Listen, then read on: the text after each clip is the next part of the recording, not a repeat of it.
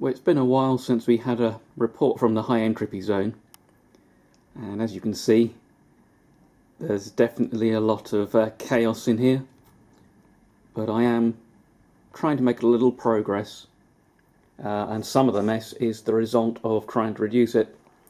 So the bandsaw has moved actually into a more usable position, and the little Aurak CNC lathe used to sit against the wall over there. It's gone elsewhere for the moment, and that little storage unit is now empty, and the reason for that being that I spent some money,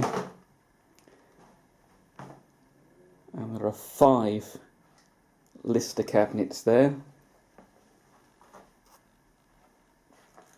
and one more sitting beside the lathe with all the lathe tooling in, and got a good deal on them. There's a guy selling them on eBay, and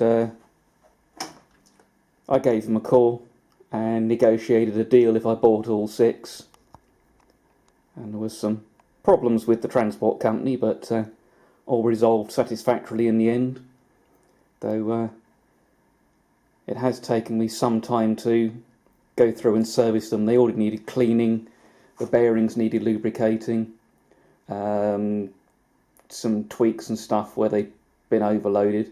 So you can see I've got a lot of the drawer inserts and some of the dividers that go with the bigger drawers, and it's going to be a while before I get things sorted, but I think we're going to be better set up when that's done. And have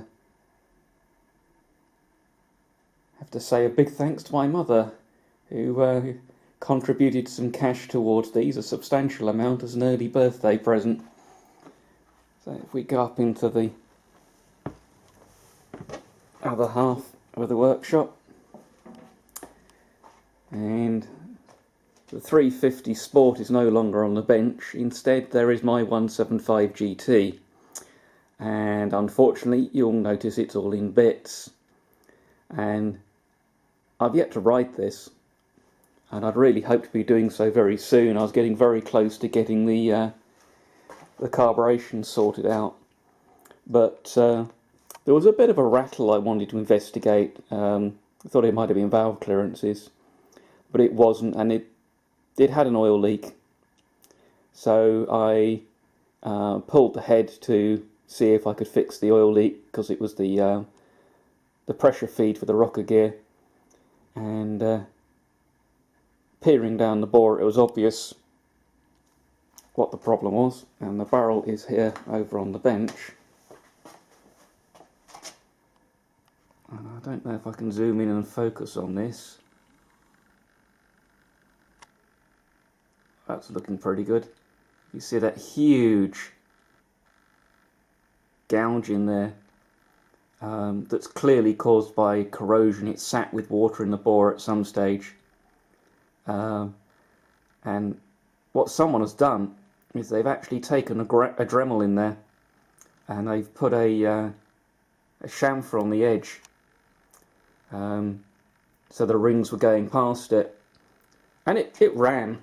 And you know, if you wanted it as a bike to take to shows and really only run around the parade arena, then it was probably fine. But I'm going to be wanting to actually use this, you know, to ride reasonable distances. It may even get used to commute to work occasionally.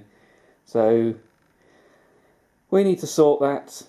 The current plan probably involves boring this barrel out to 200cc for the race bike, because it's the alloy barrel with the iron sleeve, and then doing something with one of the alloy barrels. You see a variety here. The one on the left is the earliest 175, that's the Turismo, and that can possibly be modified to be usable, but don't know if it's worth the effort.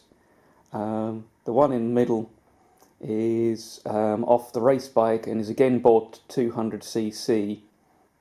The barrel on the right is the Treccetti barrel. I've got a couple of these, they're easier to find, but they've got a completely different way of putting the head on. The earlier barrels are spigoted and run bolts. The later barrels aren't spigoted and they're a fin taller, and they lack the pressure feed for the rockers, relying on a mist lubrication system. But I've got some options on some other barrels as well, so we'll see what might materialise. And yeah, I've got a few other changes here. There is another 175 race bike that hopefully has got a decent engine that I can put in the other bike, and end up with two bikes in total, but you know, something that I can run in the meantime. Well, there's a gap in my workshop where my Marini 125H was until very recently. It was my first Marini, and I had it for about 18 months and then traded it back in, but then ended up buying it back off eBay for sentimental reasons and the fact they're fairly rare within the club. But to be honest, it wasn't getting used. It was hard work on the commute to work, because it could just about keep up with traffic but no more. And you know, when I was 10 years younger I could summon the energy up for that, but it was just a little bit too much hard work, too much concentration required, couldn't stay ahead of traffic. So I decided it had to go, and I have filled the gap. It was a straight swap, and I now have my first Moto Guzzi.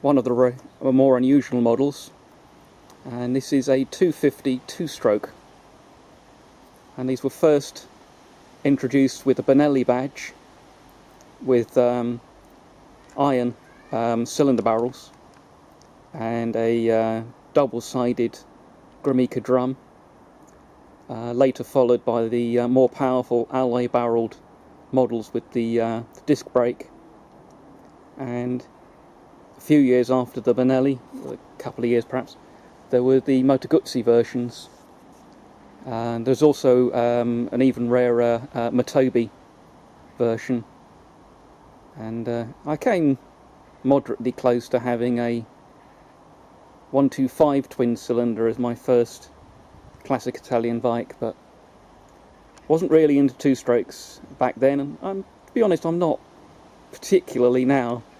I do enjoy the intensity of the little Gilera CX and its unusual engineering, but these are quirky too. Contemporary of the RD250 Yamaha, similar kind of power outputs, but supposedly everything happening about 1000 RPM sooner, so they're a bit torquier.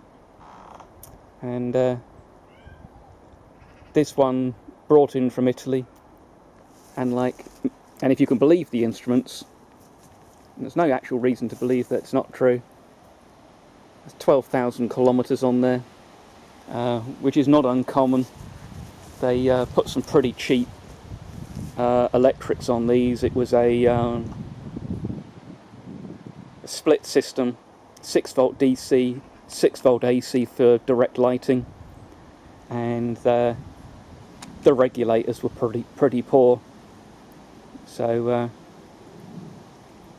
nothing that phases me. It can get completely rewired if necessary, new ignition system put on. But it's basically all there, wearing its original Silentium silencers, which aren't in too bad condition. And overall,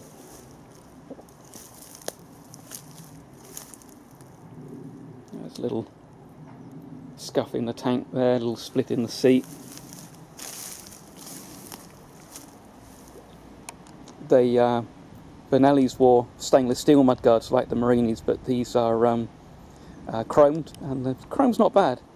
Fork stanchions are okay. So it's going to need going through from front to back, but yeah, pretty pleased. Interesting project. It does run, doesn't idle very well, but I have yet to put the carbs through the cleaning tank. You've literally seen it here as I wheeled it around from the front when it was dropped off. And well, it'll feature in future videos at some stage, I'm sure.